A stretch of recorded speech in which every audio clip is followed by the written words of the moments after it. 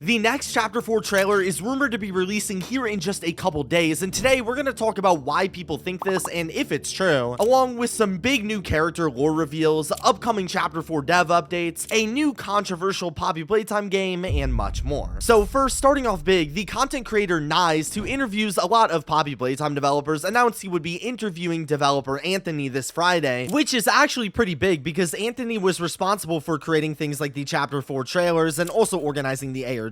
So in this interview, we will almost surely get some behind the scenes into those things, and Nice has even teased a couple times that there will in fact be some new information revealed in this podcast, so stay tuned over there for that. But in some merch news, recently U2's released their brand new Smiling Critters Ruined plushies, which as you can see are literally just the original Smiling Critter U2's released earlier this year, but with some intentional blemishing on them. It's honestly not the craziest, most innovative design, but if you want a variation of the last plushes, then this could be for you. Moving on to a pretty controversial news piece. If you don't remember, back in February, the Poppy developers released a game developed by Jazzwares called Poppy Playtime Forever on Roblox, which honestly wasn't very good. It was buggy, the gameplay wasn't amazing, and overall fans considered it to be a bit of an L for the devs. However, despite this, today Mob officially announced they just released another new Roblox game, this time called Poppy Playtime Survive, which when playing is basically just a remix of the PvP mode from Poppy Playtime Forever, which is also just meant to be a clone to Project Playtime. But in short, it's honestly not very fun. People have been pretty upset about this release, and it's shown in its player numbers, as this new game that literally just released averages about 5 to 20 players on at a time. So it's definitely not the most popular game, but I thought I'd mention it, and if you're ever bored, check it out and let me know what you think down below. But now, moving on to the main Chapter 4 stuff, over the past few days, the Poppy developers have dropped a bunch of different lore drops for a few different characters from now to the 21st, called the 12 Days of Playtime, parodying the 12 Days of Christmas, since of course Christmas is just around the corner. The first 7 of which I covered in this video, containing Catnap, Mommy Longlegs, the Smiling Critters, PJ Pugapillar. Day 5 gave us new Chapter 4 screenshots, then Day 6 and 7 gave us Dog Day and Huggy. But since we've gotten 3 more that tell us even more secrets, possibly about Chapter 4, with people even thinking they've revealed to us when we are getting the next trailer here in just a couple of days, apparently. So first, on day 8, we have Kissy Missy, who they describe saying, like Huggy, Kissy is quiet and intelligent. Her calm demeanor made her approachable by children and staff alike right up until the hour. She has a soft spot for drawing and writing, even though she struggles using a pencil. Which tells us a little bit more about Kissy and her shift from friendly and approachable pre-Hour of Joy to seemingly being traumatized by the hour when we see her in Chapter 3. But most importantly, below this tweeted photo, Mob also mentioned Kissy's VHS tape from back in 2023 that showed us what happened to Kissy before she attacked the employees in the Hour of Joy, asking, what do you think Kissy's intention was? Did she participate in the Hour of Joy directly, or was it just self-defense? Which brings up a super interesting question about why Kissy did what she did in this tape. Because like we mentioned, Kissy seemed mortified by what happened with the Hour of Joy and all of the employees the toys had brutally attacked, and even works with Poppy to help us defeat the toys who caused it at the end of Chapter 3, even though when we watched the tape, we could see that Kissy was one of the people actively involved in the Hour of Joy and was directly responsible for multiple employees' deaths. So now it begs the question of why did she do this? Well, you could theorize that maybe here she was one of the evil toys involved with the Hour, and within the 10 years the factory closed, she had a change of heart and was disgusted with what she did. Or even darker, what I think happened is we saw in Dog Day's character description released a few days ago that some of the toys were known for pretending to be obedient to the prototype, the leader of all of the toys after the Hour of Joy, in charge of feeding the followers and punishing the heretics who didn't follow. And so maybe Kissy didn't do this because she wanted to, but rather because she had to under the prototype's order, forcing her to take the innocent lives of multiple employees out of fear of being on his bad side, which would definitely explain why she was so traumatized. I don't know, but the fact that they are even asking this and bringing it up after a couple years now leads me to believe this is something that will be answered in Chapter 4. For day 9, we got Boxy Boo, which they discuss saying, the first of the bigger bodies. Boxy is all mouth and claw, always looking for his next meal. This food-motivated beast is never satiated. Favorite food, anything. Which is essentially just confirmation to us that Boxy Boo was designed literally just to eat anything in sight, as we know he was made by Harley Sawyer to consume employees that talked out against the factory and risked their brand image, like Rowan Stoll from the Project Playtime ARG,